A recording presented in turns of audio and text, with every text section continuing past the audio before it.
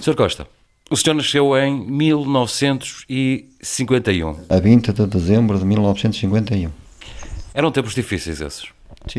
Sim. Passei épocas um bocado críticas, porque a vida não era fácil. Eu fui daquelas pessoas que ainda comi meia sardinha e pão bolorento, na altura. Poucas vezes, mas algumas vezes ainda cheguei a passar por isso. Quantos irmãos tinha? Éramos 5. Um faleceu, tinha 12 anos, não estou em erro, 11, 12 anos. E o meu pai era viúvo nessa altura, ficou viúvo, eu tinha 4 anos. Como é que o senhor aparece em Lisboa?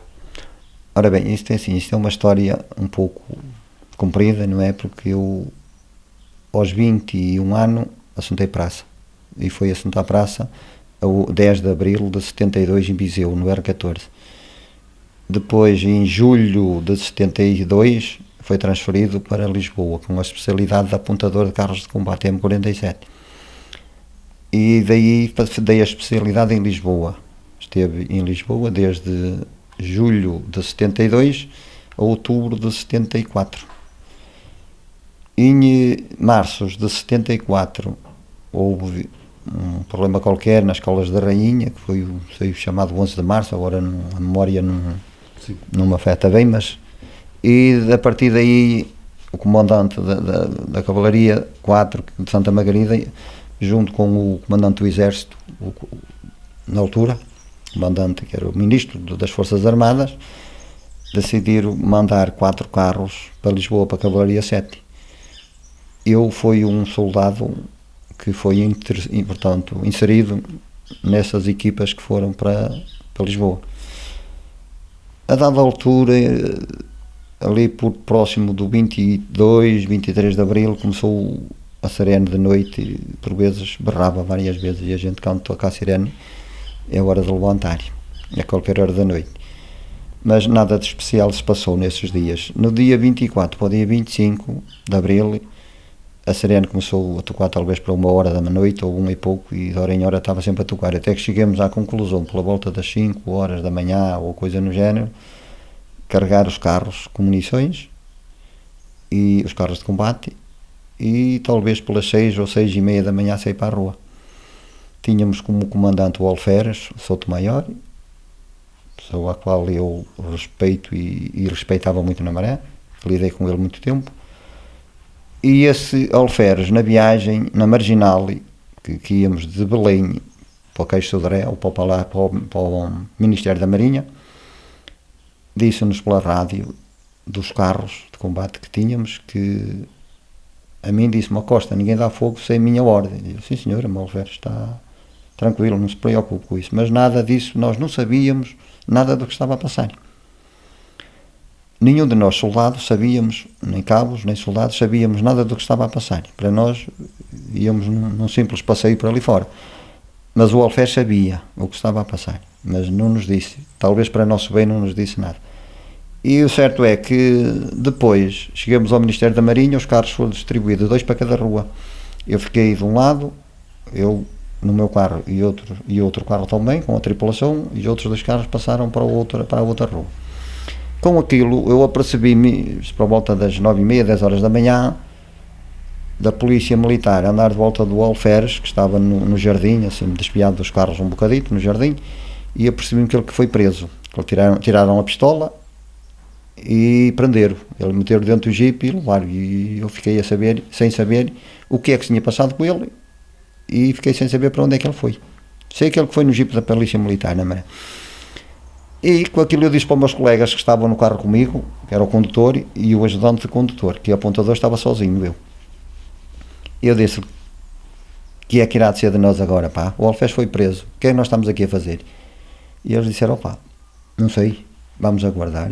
Eu disse: pois claro que remédio temos nós, não aguardar. E aguardemos ali. Entretanto, passado, não foi muito tempo, sobe o brigadeiro. Eu apercebi-me do brigadeiro subir o carro, porque o carro é de largatas, não era rodas de pneu, é um carro de largatas. E o brigadeiro subiu as largatas do carro, para cima do carro, e dirigiu-se a mim, onde me disse: nosso cabo sabe trabalhar com isso? Todo repentino, assim, com uma voz um bocado rígida, que era a voz do comandante, que naquela altura existia, os comandantes tinham essas vozes quase todos. E eu tentei disfarçar naquilo que pôde, que foi improvisado à última da hora e tal. Tentei desviar-me o mais que pôde para ver se o convencia a que ele desaparecesse. Mas ele de repente pega na pistola e me diz: não se acaba de dar fogo, meto-lhe um tiro na cabeça. E eu fiquei, se me desse uma facada naquela altura, era capaz de me deitar uma gota de sangue. Mas ele disse: está bem, pronto, eu vou ver aquilo que posso fazer. E meti-me dentro do carro e disse para os colegas: fechei a porta, o carro é blindado. E tínhamos uma tampa que tem uma espessura de 5 mm de ferro. E eu fechei a tampa. E disse para os meus colegas: fechei a tampa também. E vamos aguardar aqui. E ele marpa aí com a cabeça que não entra cá para dentro. Deixámos-nos estar aqui tranquilo. E assim foi. Foi o que eu fiz. Mas com aquilo nós tínhamos no carro um género de um periscópio, que é um binóculos, que víamos tudo ao nosso redor. Conseguíamos rodar aquilo e víamos tudo que existia ao nosso redor. E eu apercebia-me que, ao longe, pouco, mas havia grandes navios, o Veracruz, Santa Maria, e tinham a passadeira para as pessoas entrarem, e cheias de gente para dentro do barco. E eu lembro assim: Deus me livre, eu se dou fogo, destrói isto tudo por aí fora. Nem penso numa coisa dessas. Mas ainda manejei a torre do carro. Mas fiquei por ali. Pronto. Os meus colegas também disseram: ó Costa, não vamos fazer asneiras. Não, nem penso numa coisa dessas. Estão os nossos colegas de frente, que eram os de Santarém. Estava na nossa frente os outros carros. Com o Salgueiro Maia à frente. Exato, com o Salgueiro Maia. E já, não vou matar os meus camaradas, os meus colegas, nem pensar numa coisa dessa. E, portanto, a partir daí aquilo passou-se assim. Passado uma hora e pouco, eu apercebi-me que já não havia grande movimento de volta dos carros de combate. E então abrimos as portas, saímos cá para fora e nunca mais vi o homem. A partir daí... Qual foi o ambiente quando saiu? Estava tranquilo. Tudo, mãos, pronto, continuavam na mesma os carros na nossa frente de Santarém, mas está tudo calmo, pronto, não havia, e a partir daí, pronto, depois andemos com os carros, porque depois alguém nos deu ordens, eu não sei quem é que nos deu ordem, agora a memória não sei quem é que nos dava ordens para isso. Sei que nós ainda andemos lá com os carros nas ruas, para um lado e para o outro, um pouco era para o quartel do Carmo, outro pouco era para as antenas, que era em Monsanto. Mas o que é certo é que não chegamos a ir para lado nenhum. Pelas 5 horas ou 5 e pouco da tarde regressámos ao quartel. 5 e pouco regressamos ao quartel. Quando regressamos ao quartel, já lá estava, entretanto chegou o Alferes, porque ele foi libertado às 5 e pouco, foi quando a própria Polícia Militar se rendeu. E então, ao render-se, eles deram ordem de liberdade ao Alferes. E o Alferes regressou ao quartel, Cavalaria 7, tudo em Cavalaria 7. E quando nós lá chegámos, entretanto ele também chegou, estava lá também a Furriel, que era o Furriel do nosso pelotão, da nossa gente, e eu contei essa história. Contei a história que foi ameaçado, o brigadeiro que me ameaçou, e eu meti-me dentro do carro e parei. E então, quer o Alferes, quer o Furriel, que era um capitão, era um capitão Barbosa ou Ramos, que lá estava, agora também não vem à memória o nome dele, sei que era capitão de cavalaria, e ele disse: ó Costa, a gente vai escrever para tu teres um louvor. E eu disse: por amor de Deus, nem pensem em impor o meu nome na baila para lado nenhum, porque eu quero ir embora da tropa, tranquilo da vida, sem aflições. Diz ele: mas porquê? Eu disse: porque vocês sabem muito bem o regime como está. E se virar, tudo bem. Se não virar, eu vou para o limoeiro e não vejo mais o sol. Diz ele: pronto, Costa, se queres assim, ninguém põe o teu nome em causa. E graças a Deus as coisas correram bem, mas o meu nome também não andou no baile. E daí eu ser difícil de encontrar. É um homem que sabe dizer não, e na hora certa, e às vezes na hora histórica certa. Porquê é que nesse dia 25 de abril de 74, naquela manhã, disse não a abrir fogo sobre a coluna que veio de Santarém e com Salgueiro Maia à frente? Porquê é que disse que não? Porque eu não sabia o que estava a passar. Nós estávamos ali no meio de uma confusão que eu não sabia aquilo que estava a passar. E portanto é assim, eu sempre fui contra a guerra. E naquela altura, estar a fugir aos meus sentimentos e à minha vontade de ser na vida, eu não podia dar fogo. E daí eu dizer que não. Não foi dizer que eu não disse que não. Eu só não obedeci, veio à ordem dele. Que eu não lhe disse que não. Eu disse: eu vou ver o que posso fazer. Eu, como eu tinha dito que foi improvisado, foi a mesma coisa que ele depois no fim disse assim, se me perguntasse, eu disse assim, eu tentei, mas não sabia não sabia trabalhar com o aparelho. Portanto, eu não lhe disse que não, disse, eu vou ver o que posso fazer. E, no entanto, eu sabia porque eu era o militar mais profissional que lá estava. Dos militares, eu era o mais velho e era o mais profissional que lá estava para trabalhar com aquilo. Sabia perfeitamente trabalhar. Só que eu disse-lhe, a história que eu contei a ele, da maneira que eu me tentei defender na Maré, tinha sempre base para me defender depois alguma coisa. Poderia não ser muita, mas tinha sempre. No entanto, pronto, não sei, na Maré, sei que me passou aquilo pela cabeça e eu sempre fui contra a violência, sempre fui contra essas coisas e, portanto, a minha missão naquele dia era não, e ainda tinha outra abordagem. Eu aceitei e acatei as ordens do meu alferes, porque esse alferes foi a pessoa que lidou comigo desde 74, de 72, de julho de 72, até eu ir para Lisboa, até abril. Ele depois ainda ficou lá uns tempos em Lisboa. E eu, entretanto, depois de Santa Margarida, porque o Estel esteve em Lisboa, depois até o dia 30 de abril, ou 1 ou 2 de maio, depois voltei para Santa Margarida. E ele ainda continuou em Lisboa. Mas é assim, eu, como conhecia bem o alferes, eu acatei a ordem da pessoa que eu conhecia e do meu comandante. O outro, eu não me dizia nada, ele nem me disse quem era. Eu sabia que ele, portanto, ele tinha as estrelas de brigadeiro nos ombros, mas eu não sabia quem ele era. Porque ele não me explicou quem era. E como ele não explicou, eu não poderia ser um indivíduo qualquer fardado que chegasse ali e me mandasse. E eu ia obedecer uma pessoa que eu não conhecia, não. Primeiro, quem eu conheço, e depois o resto. Mas o militar é treinado para obedecer, e o senhor mandou às silvas essa regra. Exato, mas básica. Eu obedecia à pessoa que eu conhecia, o comandante, que era o meu comandante, o meu alferes, e esse obedeci. Foi isso que lhe ditou a sua consciência? Sim, senhor. E não só, eu quando jurei bandeiras, jurei servir a pátria, não foi destruir. Daí eu, se desse fogo, ia destruir a minha pátria. E eu não queria. O senhor depois chegou a juntar-se aos revoltosos? Sabemos assim? Não, nunca.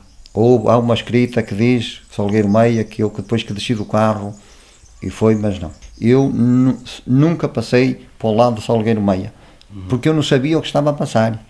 Compreende? E assim como o carro onde eu estava nunca passou para o outro lado, eu também não ia ir. Mas não estava contra nada, porque nós não sabíamos o que andávamos a fazer. Exato. Portanto, daí eu sempre continuei no carro onde estava, até ao fim, até vir ao quartel. Nunca passemos para o lado de Salgueiro Meio. Mas dos 4 carros de combate que estavam posicionados, acho que eram 4, um passou para o lado da coluna de Salgueiro. Dois carros passaram para o lado da coluna e os outros 2 ficaram. Um deles, claro que eu estava. Considerou-se sempre do lado oposto dos revoltosos? Eu não me considerava de lado nenhum, porque eu não sabia. Nós não sabíamos o que estava a passar. Nós andávamos ali, sei lá, bem como umas ovelhas no meio de um campo. O pastor chega para aqui, chega para ali. Era isso que nós andávamos. Mandávamos, olha para ali, nós íamos, ir para lá, vamos. E eu ia. Só não dei fogo à ordem do brigadeiro, porque tinha recebido a ordem do alferes para não dar fogo. E daí eu acatei a primeira ordem e não a segunda.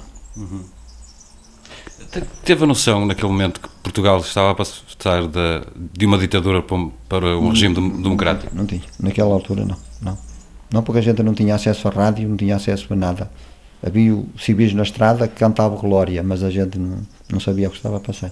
A maioria das pessoas gabar-se-ia do feito que fez, ao contrário do Sr. Costa. O senhor remeteu-se ao silêncio durante 40 anos. Porquê? Eu lembrava-me todos os anos, no 25 de Abril, eu lembrava-me a passagem que se passou comigo.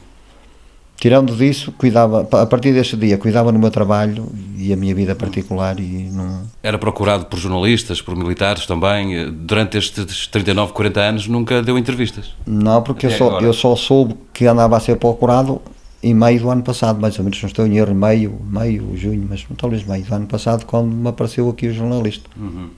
E foi-me encontrar até por um acaso, pessoalmente a mim mesmo, diretamente, coisa que ele próprio ficou surpreendido, que já tinha vindo cá a Valazar várias vezes e nunca tinha, porque ele também não trazia a informação necessária, não é? Pois. Ele trazia um senhor que tinha andado na tropa, que teria 62 anos e tal, mas a informação muito pouca.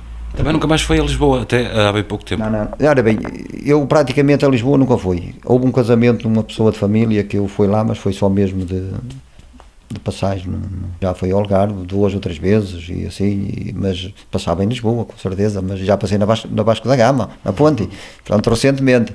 E tinha ido a Cristo Rei, isto antes, eu tinha os meus 15, 16 anos, quando fui ao Cristo Rei, a Lisboa. A partir daí, depois, claro, também, a vida, sabe como é, a vida é difícil, e eu tinha a minha família para sustentar, também tenho problemas de doença em minha casa, casei, e tudo isso contribuiu para que a vida não fosse assim tão fácil como por vezes a gente pensa. Qual é a palavra que lhe vem à cabeça quando pensa no 25 de Abril? O que é que significa para si? Eu não tenho assim, não tenho ilusões. Digo que foi um bom dia, um dia maravilhoso para nós, para o Portugal, para o país, para os portugueses, mas também digo que os portugueses não souberam aproveitar a oportunidade que lhe foi dada naquela altura. Acha? Acho. Porquê? Houver portugueses que abusaram. E nós hoje podíamos estar melhores, um pouco, e não estamos por causa disso. Alguns colegas estão a falar em orgulho.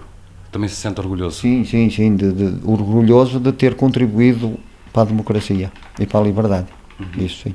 Como é que a sua família, quando voltou da tropa, contou o episódio, com certeza a sua família comentou? Qual foi a reação da sua família? Eu contei o episódio logo a seguir, nos mesmos dias que vim de Santa Margarida, que vim de Lisboa, que depois vim a casa, logo que eu vim para Santa Margarida, passei e contei a história.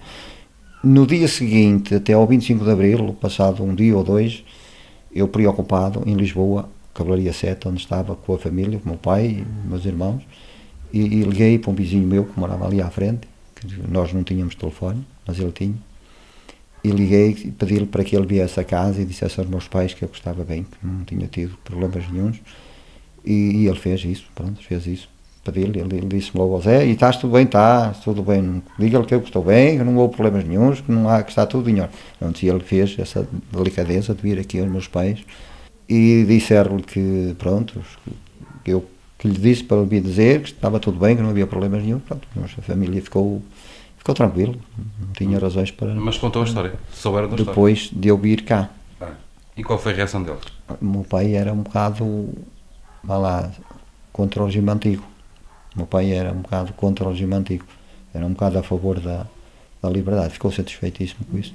Foi influenciado por ele, não, de alguma forma? Não, porque assim ele não sabia o que estava a passar, eu nem sabia que eu ia para lá, eu quando ele disse que ia para Lisboa, eles não sabiam o que isso ia passar, nem eu sabia, nós não sabíamos, portanto, a partir daí o meu pai não sabia de nada, ele soube que estava a passar o 25 de Abril pela rádio, porque ele depois disse, mas a gente aqui ouvia cantar a Vila Morena, a Grândola, isto e aquilo, mas também ninguém sabia mais nada, só depois de ter passado o golpe de Estado, é que as televisões, e à noite, e as rádios é que disseram que foi feito um golpe de Estado e tal, e aí ele ficou a saber.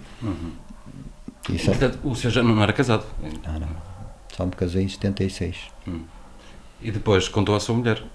Eu já namorava para ela nessa altura, também lhe contei.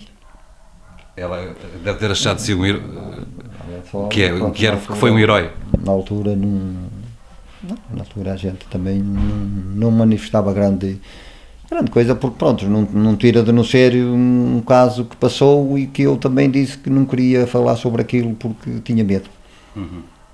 Eu sentia, houve ali uns anos que eu não queria falar nisto. Tinha medo? Tinha medo. Mesmo depois da implantação da democracia? Sim. Sim, porque nós depois ainda tivemos o 25 de novembro passado. O bronquete de 75. Exato.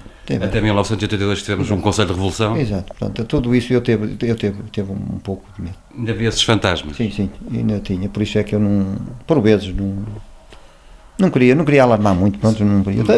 Também sempre foi uma pessoa que calmo, sereno, não gostava de muitas filosofias, nunca gostei. Vivi num ambiente, portanto, um pouco religioso também.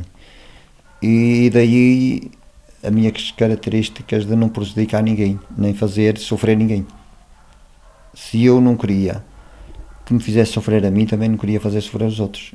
E tinha outras coisas. Eu tive 2 irmãos que estiveram lá fora, o mais velho, que esteve em Moçambique, e o outro mais velho do que eu, que esteve em Angola. Mas esse que esteve em Angola foi para lá com 18 anos. E depois deu a tropa lá. Mas o outro mais velho esteve cá na tropa e foi para Lisboa, para Moçambique. E ele, depois de regressar de Moçambique, contava-nos histórias que eu ainda não tinha ido à tropa. Estava próximo, mas ainda não tinha ido. E ele contava histórias que lá passava que fazia roer os dentes. e daí eu ser contra a guerra. O senhor não queria ir para o ultramar? Não queria. E teve sorte, graças a Deus. Não sei porquê, mas teve sorte. Sei que me disseram em Viseu, logo no dia em que eu tirei a especialidade, que foi que recebi as horas da especialidade, disseram-me logo, dificilmente vai ao ultramar. Mas pediu em alguma oração Olha-me Deus, a gente Alexandrina? A gente pedia todos os dias, quando galhava, quando a gente por vezes andava assim mais desanimado um bocado, pedia boa sorte. É devoto da Beata Alexandrina? Sim, sou até, e bastante. Porque ela faleceu aqui à minha beira e faleceu no mesmo ano que faleceu a minha mãe. Minha mãe em setembro e ela em outubro. Por isso é que é uma ligação tão forte. Exato. E você liga fortemente o 25 de Abril Agora, ultimamente, sim. à beatificação da irmã Alexandrina? Exato. Então, ligo, sim senhor. Ligo e desde que ela foi beatificada nunca perdi umas cerimónias religiosas dela. Uhum. Junta-se sempre às comemorações. Isso. Mas para si, nesse dia há um duplo motivo de satisfação? Agora há. Em tempos não. A partir de 2004 para cá. É que há. Isso há, sem dúvida nenhuma. Se eu tinha gosto em gozar o 25 de Abril, a partir dessa data, dobrou o gosto disso. Pelo facto de termos aqui, que já era, mas aumentou mais um pouco. Como é que reagiram as pessoas aqui da Terra quando o senhor saltou para as páginas dos jornais, das televisões, das rádios? Como é que foi? Quem me conhece sabe perfeitamente que eu não sou aquele indivíduo de andar aí a botar flores. Eu sigo a minha vida normal como se ia até aqui. Para mim, aquilo que eu era, sou e serei. É igual, não modifico. Portanto, quem me conhece perfeitamente, diz perfeitamente que eu não deixo de não ser aquilo que sou. Aquelas pessoas que não me conhecem poderão dizer mais alguma coisa, mas se disser mais do que aquilo que eu digo, engano-se. Porque eu continuarei a ser aquilo mesmo, o mesmo que era até aqui. Sinto-me igual. Eu, aquele dia, nunca mais me esquecia, mesmo que não surgisse estes casos, esse dia nunca me esquecia. Não, sem dúvida nenhuma. Isso marcou-me e ficava marcado na minha memória para toda a vida. O que é que foi o melhor do 25 de Abril? E o pior? Ora bem, o pior acho que foi aquela hora que eu teve da ameaça de pistola na mão. Eu ver a pistola na mão do brigadeiro, virada a mim. Talvez a pior hora que eu teve na minha vida, naquele dia e nos meus dias da minha vida. E o melhor seria, no fim, eu saber da realidade que não tinha havido sangue, que não tinha havido nada, que tudo tinha corrido bem. Para mim isso valeu mais do que a ameaça que eu tive. Para mim que é isso, o essencial do 25 de Abril. Foi não haver sangue e eu também não ser ferido nesse dia, que eu podia ter levado um tiro na cabeça e cair para lá dentro do carro. Mas era só eu. E se fosse eu a dar fogo, iria fazer muitos milhares de mortos. Faria tudo na mesma, Sr. Costa? Sim, fazia.